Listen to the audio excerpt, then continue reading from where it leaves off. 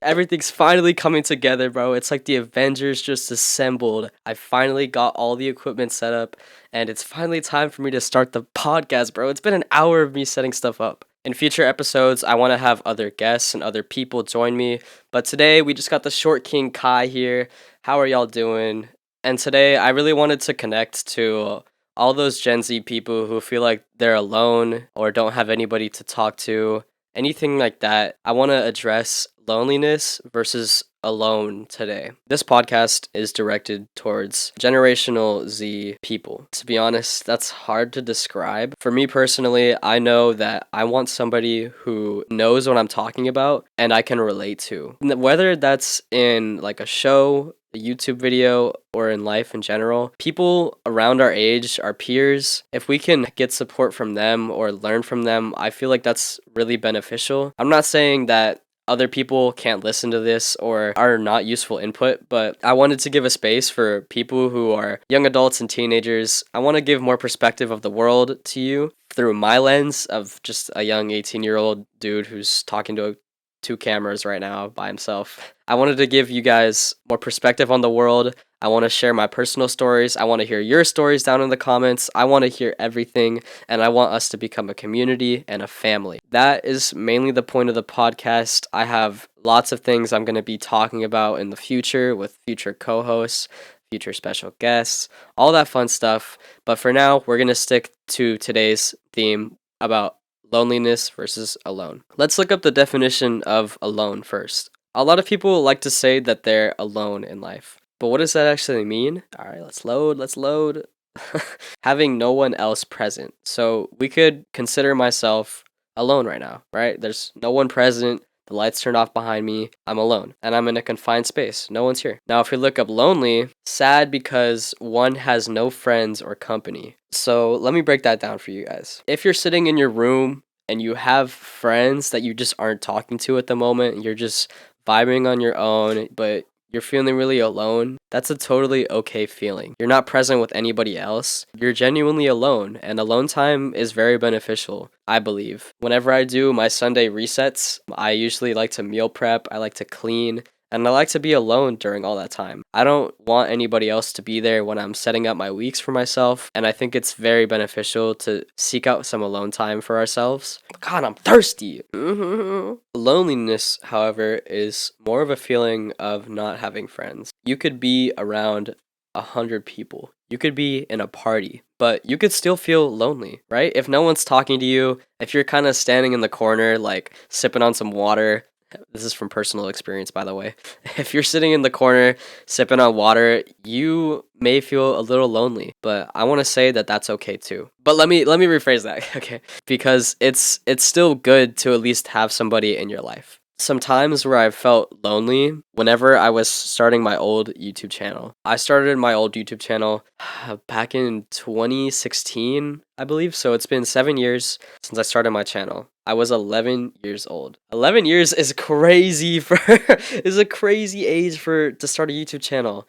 And it was just me and my uncle mainly recording videos together. It was nothing special. No edits, raw cut footage straight sent to YouTube, and I didn't have much of a following, obviously. So we fast forward to where I start actually learning how to edit my videos. You know, I'm around 14 or 15 by then, and I start gaining more subscribers, start doing more interesting topics like playing Minecraft with challenge ideas. During that time, though, I really didn't have anybody to record with. I felt very lonely. I saw all these other YouTubers recording with other YouTubers, and I really wanted a YouTuber that I could record with. But every single time I tried finding a YouTuber's channel, they either ignored my comment, didn't want to film with me, all that stuff. So it was hard to find somebody I could record with. And in real life too, in school, I didn't really have any friends to talk to. I had two friends. One's name was Demarion, and the other's name was PJ. If you guys are ever listening, shout out to you guys. Thank you for being there. But this was during freshman year of high school. It was just a new school, new environment, and back then I was really introverted. I didn't really talk to many people, so making those friendships meant a lot to me. However, during my YouTube channel, they didn't really help with it at all. They weren't really there for me from whenever I had struggles with my YouTube channel. Not saying that they had to be, but it was just a time where I felt loneliness. And it was pretty serious. I really wanted somebody that I could record with and connect to. So it was hard, I thought, for me to grow my YouTube channel. Eventually, I hit that 100 subscriber mark, the 200, the 300, and once I started getting some more traction, I landed a video, 100,000 views. My channel boosted up to 1,000 subscribers. Pretty awesome. Actually very awesome. I'm very happy about that, but that's when my friend PJ comes around and he starts trying to be like, "Oh, bro, that's so cool that you did that. Like I'm so interested." Like, "Nah, bro, you weren't even there for me. You weren't even there for me." So I had to cut that boy off. It was a time where I was still feeling lonely. Even that really taught me that if you're lonely, you shouldn't just seek out anybody as well. You need to seek out people who are willing to take you away from that loneliness, to give you support, be friends with you, hang out with you, do real friend things. All right, they can't just be swooping in whenever they see success from you. That's not how it works, guys. That's not how it works. Regardless, if you're lonely, please don't just go seek validation, recognition. Find somebody who will genuinely support you because they will be there a lot longer in your life than the other people will. They will show their true colors eventually, rather than you spending more time to make friends with somebody who really wants to be your friend. And I learned that from PJ. Demarion, we don't really talk much anymore, but he never really did me wrong, so I really appreciate that he was there for me during that time. But YouTube gave me a sense of community and brought me away from that feeling of loneliness. I think that it's healthy to be alone, but loneliness can be unhealthy. If you have nobody in your life, I recommend just branching out, whether it's Discord, maybe finding someone in your life at the park, literally anything. You can connect to anybody these days. I recommend doing that very much because it helped me out a lot, and I know it'll help you guys out a lot. And something that I recently just did was I went on a trip to Portland, Oregon. I flew alone for the second time in my life. I'm only 18 years old and I go to college. So a little stressful, not gonna lie, but it was a 4-day trip from Thursday to Monday. I had school on Thursday, but I kind of skipped the last class. We're not gonna talk about that. All right, I skipped the last class. I went from Austin Airport straight to Washington, Seattle. What was I doing in Seattle? I don't even know. I don't know what I was doing there. I had a layover there real quick, and let me tell you guys, traveling alone is not that scary. Growing up my whole life, I've basically been flying on planes a lot. I think I have an early memory of me being around 5 years old, and I remember being on a plane. I was that little whiny kid that was just crying, and everybody wanted him to get off the plane, but that was me. And I always struggled with planes growing up. If any of you guys have ever traveled on planes, gone through that whole security process, you know it's a really stressful process. But our parents took care of a lot of the hard work. Not even gonna lie. Because if I had to do all that on my own, I would have not made it through security when I was younger. Basically, whenever you get to an airport, you have to go either check in your luggage or you have to go get your boarding tickets. And then right after that, you go through the security systems to make sure that you obviously aren't going to do anything bad. And then after you get through security, it's easy dubs, bro. You just got to go straight to your terminal or wherever you want to go, honestly, and you'll be able to fly on your plane. But traveling alone, all right. Traveling alone, it seems scary, but it's really not. It's really a lot simpler than everyone makes it out to be, and I'll tell you why. So, on my trip, basically, I got to the airport 2 hours, 2 or 3 hours before my plane was about to head out. I had one of my friends take me to the airport because you can't really park anywhere for that amount of days. I had my friend Kane take me to the airport, and this is my second time flying alone, keep in mind. So I already knew kind of what the deal was, especially with a lot of experience of flying, but if you guys have never flown before, don't worry, I'm gonna help you guys out. So yeah, once I got to the airport, I just immediately went in, got my boarding passes. I don't know why, I like the physical copies more than like having it on my phone. Even though it's easier to lose, I guess I just like having it like to show whenever I'm showing up at the terminal. So I did that, and I have never checked in luggage by myself because it's such a hassle to like go claim it once you land in your appointed city. So nah, I brought only carry-on stuff. I had a duffel bag with me,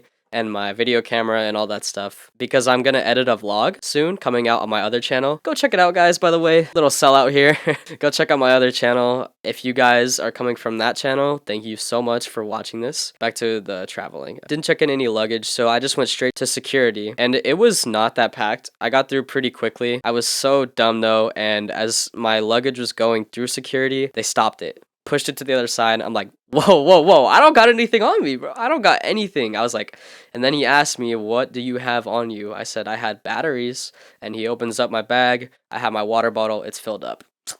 Bro, that's a no-go. You can't be doing that at airports. So I had to go dump out my water real quick, re-go through security, but that's why you always get to the airport early. I see these people getting late to the airport for no reason. Don't be like those people, all right? If you're gonna pay hundreds of dollars for a plane ticket, you gotta get there on time. So once I made it through security, I went to my terminal and I just kind of waited for a little bit, started recording some footage for the vlog, and yeah, I had a 4-hour trip from Austin to Seattle. I was on Delta Airlines. If y'all don't know Delta Airlines, they are fancy. I don't know if it was just that one plane, but every single seat had a little screen on it, and it showed the plane in 3D where it was in real time, like how much time we had left, the mileage we've covered. It was crazy. Fanciest plane I've ever been on personally. Before you ever fly alone, you can also just look up on YouTube the airports you're going to be going to.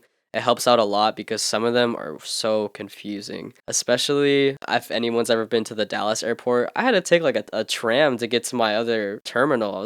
I was about to be late. It was a layover too. Yeah, I didn't really struggle much with traveling alone, so I don't know if that's just me because I have a lot of experience. I would love to hear other people's opinions or concerns down in the comments because that's all I can really think of. Just as long as you're on time and ask people. Just ask people where you want to go. I do this all the time in grocery stores, wherever I need people. If I don't know where something is, I'm not going to go look for it for like 10 minutes and not find it. I'm just going to go ask an employee that works there. They'll help me find it in like 10 seconds, and that's so much faster. And that's the same thing you can do in an airport, because if you're just walking around, you're bound to get lost. So those things are huge. Definitely ask people if you don't know where to go, if you don't know what to do even. Everyone is very friendly there. They may be a little annoyed if you're like super early in the morning or late at night, but for the most part, everyone knows what they're doing, and if you just are willing to ask people, you'll know where to go. Everyone's willing to help. There's got to be someone that knows where to go, help you out. But definitely don't buy any airport food. I saw some chips for like $10. Bro, they're scamming these foreigners. They do not know the right pricing. They're scamming them, I swear. Yeah, once I got to Oregon, though, I met up with my family. We had an amazing time. I was there for a wedding, actually, and we did a lot of exploring. I used to live there, so it was really nice to be able to go back after like 5 years of not being there. And I got to meet up with some old friends, too, so that was really awesome. Water break, hold up. And you guys are probably wondering, why do you have that stupid crown on? It's because I am Short King Kai, alright? All my short people, stand up, bro. Stand up. I'm just kidding. Yeah, I'm only 5'1 3/4", so I'm feeling really sad about that. Another thing I wanted to talk about was being an only child growing up. Now, I know a lot of you guys were only children? Only children growing up, and I really hope that you can relate to me a lot. I'll give you guys some backstory. Whether or not this is going to be too much information, I'm sorry. But basically, growing up, I had one brother, technically, one half brother. But I consider myself an only child because I watched my half brother get arrested when I was 4 years old. And I remember it very vividly. So he was rarely ever in my life, which is why I consider myself an only child. It's kind of like all the memories I have were being alone growing up. So that's why I consider myself an only child. And I felt like it really played into my introvertedness and shyness growing up, and still maybe to this day a little bit. I'm a lot better with talking to people now, but back growing up, it was a lot harder for me to talk to people. And I believe that being an only child may have had something to do with it. But my mom was a nanny, so a lot of the time she would take me to her job and we would go with the kids that she's working with. So in a sense, I had like a mixed childhood. I grew up some parts alone and some parts with siblings, basically, because it was my mom's kids that she was watching as a nanny. It really depends, honestly, if you consider me an only child. I didn't really think much of it when I was growing up. I was usually just sitting alone in my room, playing Minecraft a lot, not really hanging out with a lot of kids in the neighborhood or anything like that. I really felt a sense of connection whenever my mom brought me with the kids that she works with. And I always was begging my mom. I was like, "Can we have a sister, please?" Not knowing at the time, how that happens. I was like, "Mom, can you please give me a sister for Christmas?" And all my life, I've just wanted a sister. It's crazy. She always said no, so I had to live life with.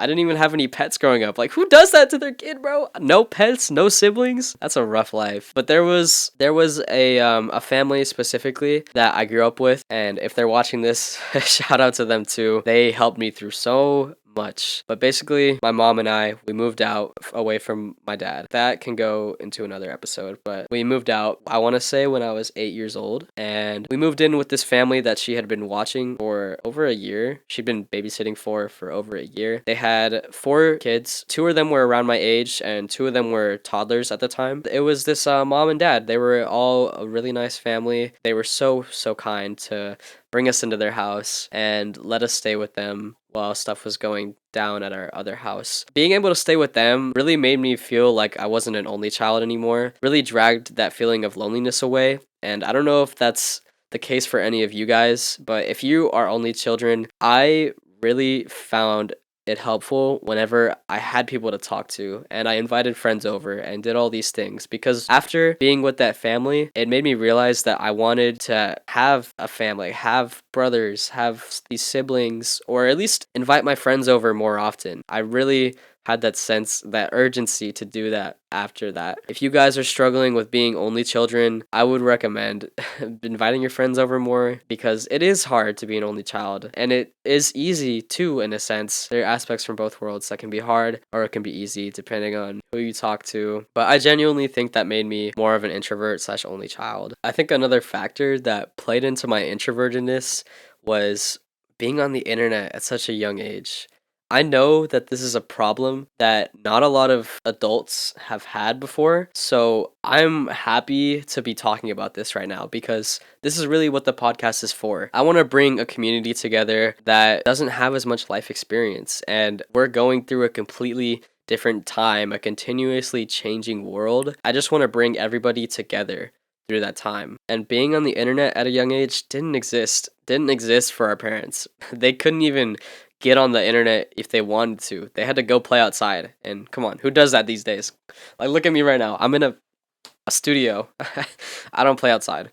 But being on the internet at such a young age was really a bad thing for me, I would say. I actually didn't get a phone until I was 11 or 12 years old. Before that, I was on my laptop, and I was on that laptop 24/7, guys. I was just always either watching YouTube or playing Minecraft. Those are my 2 things. And that really started developing when I was 5 years old. I started getting on YouTube, and I remember some of the first YouTubers I watched were Nintendo Capri Sun attacking toucans versus battles. If you know those channels, you're an OG YouTube fan. All right, if you know those channels, they basically just did Nintendo gameplays and did funny commentaries back when YouTube was simple. All they had to do was record and do a voiceover, and really no editing was needed. Ever since that, I've been on YouTube, basically. That's inspired me to make my own YouTube channels and to even do this podcast in the first place. Since I was 5 years old, just starting YouTube. Where it actually got really bad was when I started playing Minecraft. You're probably like, dude, Minecraft is rated E. How is this even bad? Minecraft has a dark side. That sounds so cringy to say, but Minecraft has a dark side to it. You can join multiplayer servers at any time you want, as long as you have a stable internet connection and Minecraft. Of course, my young self, I finally learned about servers through YouTube, and I started playing on servers when I was around 8 years old. Not too crazy. At the start, I was still a beginner, didn't really know how to do things. Once I learned how to press that T button and open that chat box, things got a lot worse. I think I had this Minecraft girlfriend at one time. I used to play on this server called Mineplex, and I think her name was Angie, but I told her I was 13, and because she was 13 too, but at low-key, I was like 8 or 9. That's a little gross! That's a little gross, bro! That's a little gross. I lied to her because I wanted to get a Minecraft girlfriend. You see how weird this generation is? Like, Oh my god, it's probably just me. Guys, I swear I've changed from that. I have a real girlfriend now. She's not fake, I promise. I got a Minecraft girlfriend. That's a really bad thing to say. I was feeling so introverted. Like, I felt like I couldn't really talk to anybody in real life. It was so easy to just make friends on Minecraft. The only issue was I could only talk to them when they were on the Minecraft server. I made all these friends while I was a little bit younger, like 8 to 11 years old, but I could only talk to them whenever we were on Minecraft together. Not the worst thing in the world, but I definitely made some bad choices. Like, I remember this one time, this dude asked me for my personal information to my Minecraft account. He's like, "Oh, you can get admin on the server." I was like, "Heck yes, bro, I want admin." And then I couldn't log back into my account, but we fixed that, so it's all good. Where it starts to get worse, where the internet starts to get worse for me, was when I was 12 years old. I actually downloaded Discord because I was playing with some friends on Mineplex again, and they asked me if I had Discord, and I was like, "What's Discord?" And they told me, "Oh, it's like a place where we can all talk." And I was like, "Okay, that sounds pretty cool." So I got it on my laptop, and I thought it was the coolest thing ever. We could all hop in a video call or an audio call, and we could all play Minecraft together without having to sit in the chat box when we're trying to fight dudes. Discord was a savior at first, right? We didn't have to type to each other anymore. We could just talk, or we could type when we weren't online anymore, which is even better. But of course, there's a dark side, because everything in life, as we make more solutions, we make more problems. That's a bar! That's a bar! That's a bar! That's so true though, because whenever we, like, for example, we invented technology, oh, well, now I have to worry about my electrical bill. I have to worry about the internet running. It's crazy how the world works. It's like we're moving backwards, guys. I got Discord. I started meeting more and more people through the Discord, and they were older than me too, which was weird. I was the only 12-year-old playing with friends that were like teenagers, like all the way up to 18 or 19. And they were really nice people. Fortunately, I feel like I grew up way too fast being on Discord at that age without any parental like advisory. I saw some dark things, learned things I wasn't supposed to at that age, and I would say I grew up extremely fast. Whether or not that changed how introverted I am or social, I would say it definitely did, because I was addicted to Discord. And when I say addicted, I was thinking about this the other day. I was truly addicted. Like, you could put me on My Strange Addictions, I would fit right into that show. It was really bad. Every single night I would stay up. Sometimes I would stay up every other night, the whole night, 24 hours straight. No joke. Like, I would be sitting on my laptop and be playing Minecraft. This is, keep in mind, 6th and 7th grade, right? Playing Minecraft, talking to my friends, trying to keep it quiet, to hide it from anybody else that was around me. Whenever my mom found out that I was like staying up and playing video games, she took away my laptop. And this is where it got me thinking. I was so down bad that the night that she took it, I snuck into a room, right? I was crawling on the floor, and we had hardwood floor. I was slowly creeping my way, looking around the room when she was asleep, and I made it to the bathroom, and I had my phone in my hand because it was super dark, obviously. Didn't want to turn on the lights, so I had the phone on, not the flashlight, but just the phone on. And I guess when I was moving around, I put on a YouTube video. It was max volume, bro.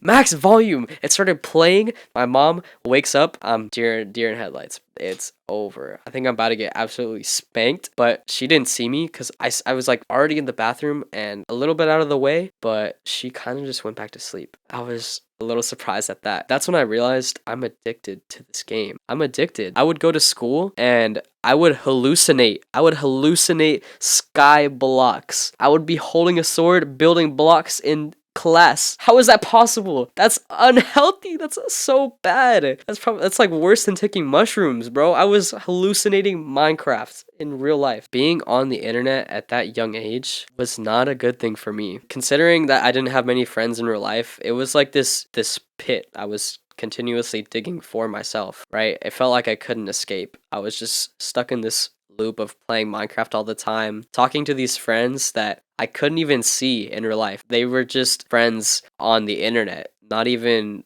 real people to me, at least. I don't know if anyone else has felt like that in their life or they have a similar experience, but that kind of continued all the way up until I was around 14 or like 14 or 15ish. Whenever I was starting my YouTube channel and it started to take off more, I kind of just I was just a loser, right? I didn't talk to many people. I was stuck in this little world of like, if I don't get on Minecraft today, like, I won't survive, right? It's crazy how things can do that to you, like the internet, video games. A lot of people have never dealt with that before. Like a lot of adults don't know that feeling. I always had that feeling of like getting mad at my mom, upset at adults for not understanding like what I'm going through. It was hard to channel it when I was younger, but now that I'm older, I just wish that there were more adult figures to just talk and understand like what we were going through. I don't know if that's an unreasonable request or not, but our parents just like to immediately break us down and just assume that we're doing the worst when it might not even be the case, and they truly didn't understand what we were actually going through. Is something I found that if they took the time to just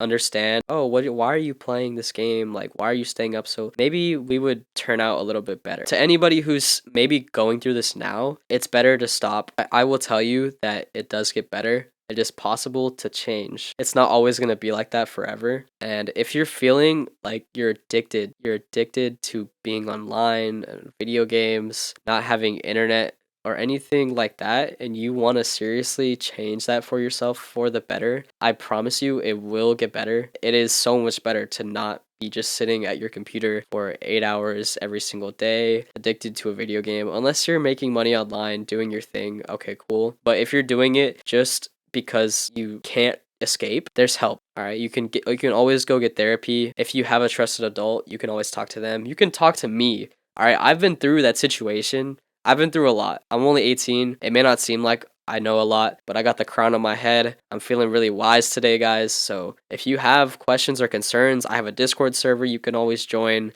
It'll be in the description. Or if you're listening on another app, you can always just look on YouTube. I'm on YouTube, all right? That's the main platform I'm on. Please don't be afraid to reach out to people. It is scary to be on the internet at such a young age.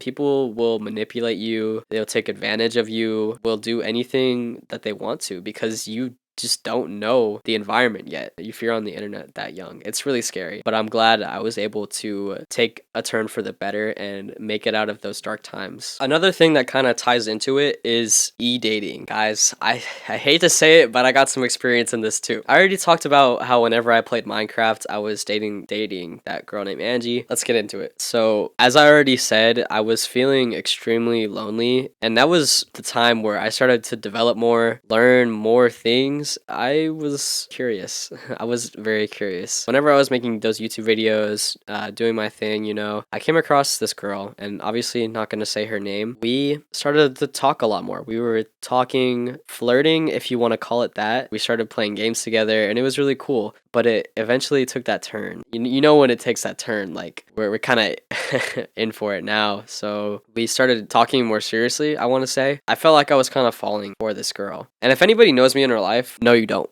I do not want you to come up to me talking about this story because this is the most embarrassing thing ever. I do not want you to talk to me about this, okay? I started talking to this girl. It was at the time my YouTube channel was doing pretty good. I had 1,000 subscribers around then. I wanted this girl to join me in like a live stream. I thought it would be pretty cool. I invited her one day to join me on a live stream, and she did, and it was a really good live stream. It was my first live stream ever. Had like 600 total views. Crazy live stream we did. Never met this girl in real life. Only seen pictures. Do we want to get into it? Do we want to get into it? Cause I got some juicy details, but I don't want anybody in real life knowing this. No, I'm gonna just say it. All right. So there was that one night, and then we had a ton of viewers in the chat, and she was like, "Ooh, let me slide over that booty pic." I was like, "Oh yes sir, yes sir. Of course we're gonna get that." And she did send one, and then after that I was gone, bro. I was after that like a cheetah. I was ready to pounce. Why am I exaggerating it? It wasn't even like that. But she sent one, and it was like a stream. We stayed up till like 7 in the morning. Crazy night. But yeah, no nude, not like that from the back. Why am I describing it like that? I just felt so ready to maybe get into a relationship online with her. All throughout that time, my head is going like, your parents will never, ever approve of that. You already know they're not going to just accept you trying to date some girl online. How are you going to break this to your parents? How is this even going to work? You're not even going to be able to see her in real life at all. And I just was so down bad, guys. So down bad. I wanted to feel love, right? Something like I hadn't experienced yet. Not in a relationship sense. I've never had a girlfriend up until this point. I was trying to get with this girl. And so one night, it's late at night. I'm on Discord chatting with the girl. I break it to her. I sent out this long paragraph and I'm just like pouring my heart out. And you know what she does, guys? She rejects me, bro. She rejects me. After the booty pic and everything, bro. She rejected me. She just friend zoned me. She was like, oh my gosh, that's so amazing, but I just see you as like a friend. It just had me in tears. Like, I'm not even gonna lie. It had me in tears. I don't know why. It felt like it was such a real connection. When in reality, it wasn't, though. Like, it wasn't real. But I just felt so sad. I just remember crying about it. It was a major L for me. Thinking back on that whole experience, it's crazy like how lonely I was. Like I couldn't go out in real life and find a girl to talk to. I was just addicted to thinking these girls online can be my girlfriend. And I'm not saying like you can't online date anybody that you haven't met yet. Obviously, if you're in a healthy relationship, I've had friends that successfully do it. And if you are in one, that's really good for you. But just know, sorry, I'm a little sick by the way if I sound sick. There's a possibility that you guys will never meet. There's a possibility that you guys do meet and you don't end up liking each other. There's a possibility of being catfished. They're not the person you actually thought that they were. There's all these different possibilities and you just have to be so careful on the internet. Fortunately for me, this was a real girl. Just be careful when you're on the internet. It's a really dangerous place. And if you're trying to online date, if you're under 15, no, get off you do not, if you're under 13, sorry, get off the internet. You do not need to be there. But if you're under like 16 or 15, you do not need to be e-dating either. You do not need to be online dating. Do not Fortnite date. Do not Minecraft, Roblox date. None of that stuff. All right. I don't want to see any of it. If you're a little bit older, you know a little bit more, and you guys are both okay with it, then I would say it's okay. At least make sure you have in real life friends too, and make sure you have people that are supporting it, not just people who are judging it and won't listen there and understand. You need people in your life that will sit there and understand, give you honest feedback and criticism. That's what you need in life always. I have friends that do that now so much better than whenever I was 15 years old, just having all these thoughts kept to myself in my head, no one to talk to about all this stuff. So once again, that's why I'm starting this podcast, to bring that to you guys, to bring my stories and share them in a place where hopefully we can, whatever's said here stays here, bring everybody together to connect and learn that it's okay if we go through these things, but here's a way to get better. It's okay if you did this, but here's how you can get better. That's what I want to do for everybody because I didn't have that growing up. E-dating, if you're young in this generation, it's a hard thing to do, but if you guys are mature enough, it is 100% okay. I think the last thing I wanted to talk about was how to gain more confidence in this generation, right? I know that there's probably studies done out there that a lot of people in this generation have lower social skills, more introverted people are being born into the world. It's just a harder world for us to communicate in. That seems like a weird thing to say because you could just text somebody now. But real connections, that's a little hard to do now. We're always stuck on our phone, especially after COVID-19. Everybody is just talking on the internet. But real connections, that's a little hard to do now. And why is that? It's a little weird, right? For me personally, I have struggled with social skills. You can see it all throughout this video, all throughout my life, that I haven't had the best upbringing for social, if that makes sense. My social upbringing hasn't been the best. I started off really as an only child. I made my way through life on the internet rather than talking to friends in real life. And I only really started to break that habit whenever I was in my sophomore year of high school. We had moved from Oregon to Texas, and it was a big move. Still, I lost any friends that I had from Oregon, and I was restarting in Texas. It was like 2 months left of the summer when we first moved there, and we couldn't really meet anybody because it was COVID, and we kind of lived far from town. So I had dreams every single night of like, I really hope this school has like baddies, has friends for me, all that stupid teenage stuff. I was just like, I need this high school to be a reset. It was like a reset for me. I was going to a new school. I'm like, all right, I'm gonna be the new kid. I'm gonna be the cool new kid. I had it in my brain, the dream all I had all night. Walking into school, girls over there staring at me, football guys looking at me like, oh, come over here. All of that was going through my head. every single night I was going to sleep. Finally, the day comes around, I go to school. It is not like that at all, bro. I'm just so awkward. It is so hard for me to talk to people, and it was just really hard to come into a school starting off as a sophomore rather than a freshman. And also, it was harder because this town is a town where everybody knows each other. They grow up together. It was like everybody had their cliques already. Everybody had their groups of people they hang out with. So at lunch you had the nerdy kids, you had the football kids, cheerleaders, and everybody had been friends for like their whole life already because it was one of those towns where you only go to one high school, you go to a different middle school and elementary school, but everybody comes back together for high school. So regardless if they didn't have friends elementary or middle school, they still had freshman year to become friends with each other. And me coming in sophomore year, I felt like that was a big disadvantage. I feel like I just had bad luck with anything social, I just had bad luck with. I was sophomore year. Starting off, it was pretty hard, right? I didn't make a lot of friends at first. I actually sat with some freshmen.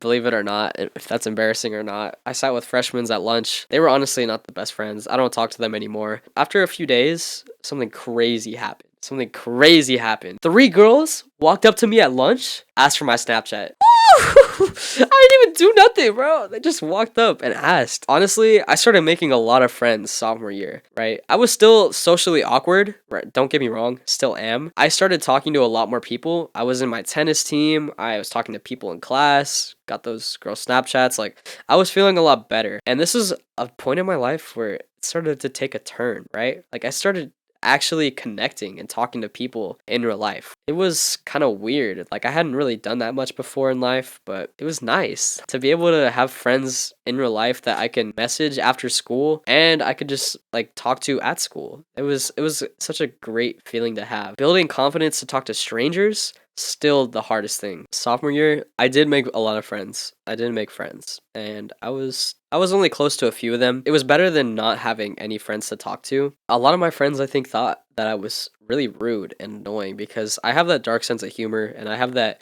joking personality. So if you're not in the mood or you're not in a joking, if you're not feeling it, you're not gonna like me that day. A lot of my friends said I was a little too much at the time. It still kind of felt like I still wasn't fitting in talk to strangers.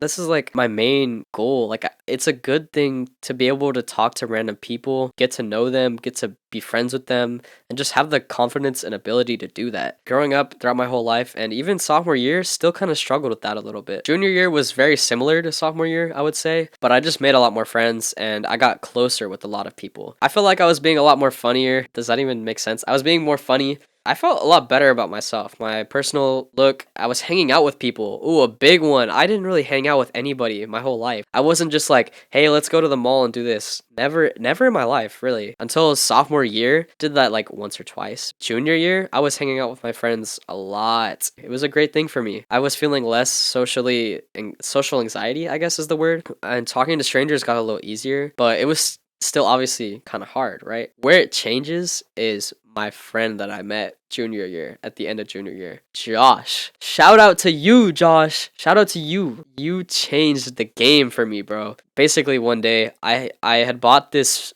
watch. It was a fidget spinner watch because I thought it was so cool. I had bought that and I was just walking through the hallway, not really thinking anything, just going to lunch, and this dude speeds up behind me, taps me on the shoulder, and he's like, yo, dude, I like your watch. He's like, what's your name? I was like, oh, my name's Kaden. I was like, what about you? He's like, oh, my name's Josh. I was like, aren't you that Healy dude that heals around lunch? Because I'd seen him before only a few days prior, like just healing around lunch, and I thought it was so cool. I thought it was the coolest thing ever. And he was like, yeah, dude, that's me.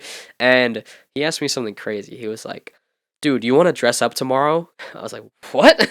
It was like costume day, not maybe the next day or one of the following days. At that point, I was like, I have to do this. I was like, all right, bro, we're gonna dress up. We're gonna be Mario and Luigi. He was like, all right, don't disappoint me. Didn't even give me his his number or anything. He just walked off. The day comes around. I bring my costume. And he brought it. He brought the Luigi costume, and we were matching that day. I talked to so many strangers. It was crazy. Like, so many people, just NPCs at my school. Like, they were just walking around, never interacted with them until that day. Took so many pictures with people. I think I had around 20 pictures saved, at least, of people that I was talking to. Got like 10 Instagrams. I was so happy, so confident that day. and it was all because of Josh. That really set my social capabilities into it just drastically changed. I felt so much more confident in my social capabilities, like talking to strangers after that day. When I think back before that time, like I was really lonely and introverted. But there's been other things that I've done to become more social with people, be more talkative with strangers. So senior year, I was talking to so many new people, right? I was talking to strangers in the hallway just for fun, like just messing with people. Started watching people like Jadion. I started watching Balin Levine, Loaf, all these trolls on YouTube too. Really gave me more confidence in myself, in my appearance, and it made me want to do YouTube more. That kind of leads me to today here on this podcast. If you made it this far, thank you so much. I really, I don't know what to say. This is my first podcast ever. So please, I really want to get to know you guys more. Please comment down below questions you have for me or topics you want me to talk about in the future. I have so many topics and notes written down right here on my phone, and I'm really excited to keep doing these episodes. I tell you, I'm so dedicated to doing this because I just spent 1 hour before this trying to set this up. I was kind of close to giving up. I was like, all right, I didn't bring my SD card for my camera, so how am I going to record? And then I brought another SD card because I'm using two cameras. I brought another SD card. That thing doesn't even work. Amazon is a straight scam. It was an Amazon Basics SD card. We're the future. That's crazy to think about because I don't think I'm the future. I want to have more people to talk to with this podcast. Thank you guys so much for watching. I'm sorry this is a little discombobulated. I'm just going to end the podcast here. Episode 1 out.